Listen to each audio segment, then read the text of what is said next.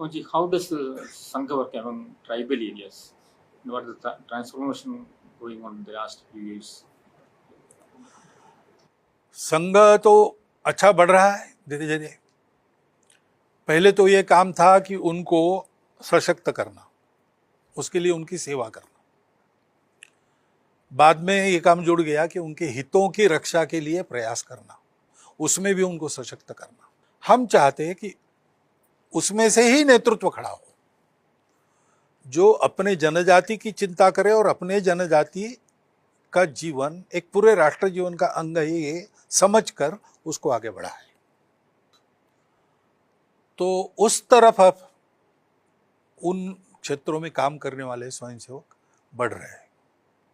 तो इसलिए जनजाति क्या है, कहाँ से आई, उनके रूट्स कहाँ है, उनका स्वाभिमान, उनके महापुरुष, देश के स्वतंत्रता संग्राम में योगदान देने वाले उनके अपने नायक, ये सब बातें लाकर उनका एजुकेशन करते हुए सेवा और हितरक्षा को जारी रखते हुए धीरे धीरे एक राष्ट्रीय स्वर में बोलने वाले वहाँ के भी नेता अपने समाज को स्वाभिमानी, सशक्त और योगदानकर्ता बनाने वाले नेता वहाँ खड़े हो, इसका प्रयास अब चल रहा है।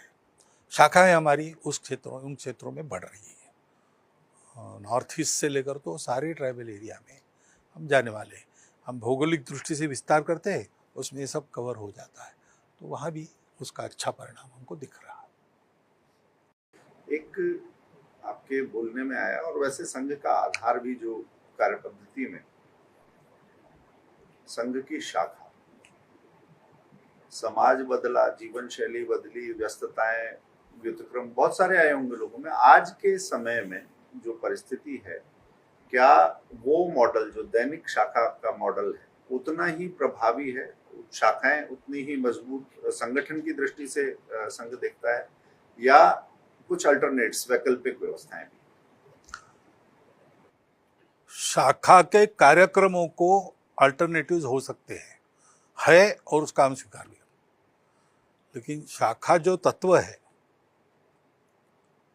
इकट्ठा आना, सद्गुणों की सामूहिक उपासना करना और प्रतिदिन ये संकल्प मन में जागृत करना, मातृभूमि के लिए हम काम कर रहे हैं, परम वैभव के लिए काम कर रहे हैं। ये जो बेसिक है, मिलना जुलना, एक दूसरे के सहायता से, क्योंकि सामान्य आदमी है, वो असामान्य तब होता है जब वो जुड़ा रहता है, और फिर वो सामान्य आदमी भी असामान्य कार्य कर डालता है, असामान्य त्याग भी करता है, लेकिन उसको एक वातावरण चाहिए। तो उस वातावरण से जुड़ना और उदाहरण और आत्मीयता, ये परिवर्तन के कारक है, और कोई नहीं। दुनिया में कहीं भी जाओ और कभी भी परिवर्तन होता है तो कोई एक मॉडल रहता है, कोई आदमी पहले अपने में सोचने वाला, अपने में परिवर्तन, उसको देख के बाकी लोग बदलते, और वो दूर होके नहीं चलता, वो आप तो होना पड़ता है, पास होना पड़ता है। यानी महापुरुष बहुत है, लेकिन मैं जिसकी संगति में हूँ वो जैसा चलता है वैसा मैं चलता हूँ। मुझे महापुरुष सब मालूम है, मेरा उनके प्रति श्रद्धा है, उनके प्रति सम्मान है, सब है।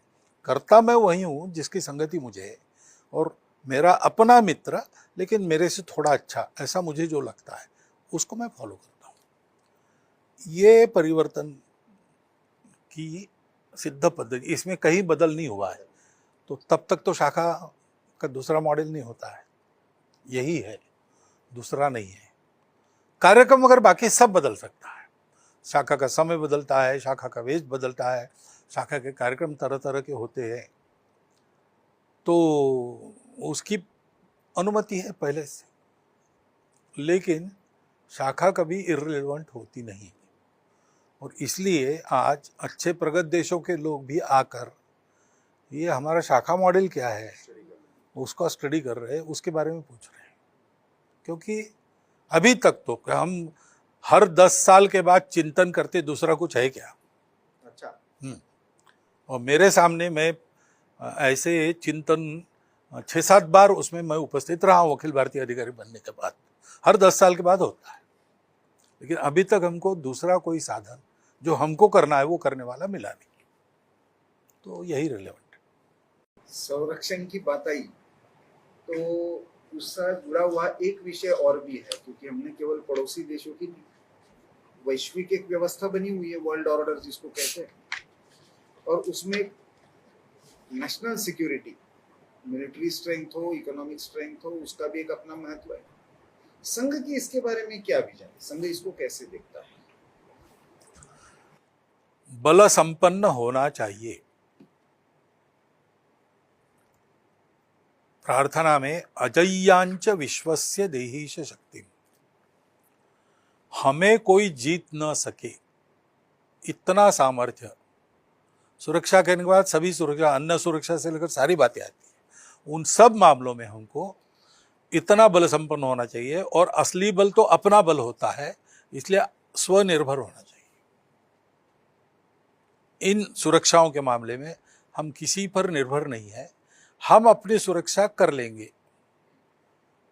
कोई हमें जीत नहीं सकेगा, सारी दुनिया भी मिलकर हमको जीत नहीं सकेगी। इतना सामर्थ्य संपन्न हमको होना ही है, क्योंकि विश्व में दुष्ट लोग हैं और जो स्वभाव से आक्रामक है ऐसे लोग हैं।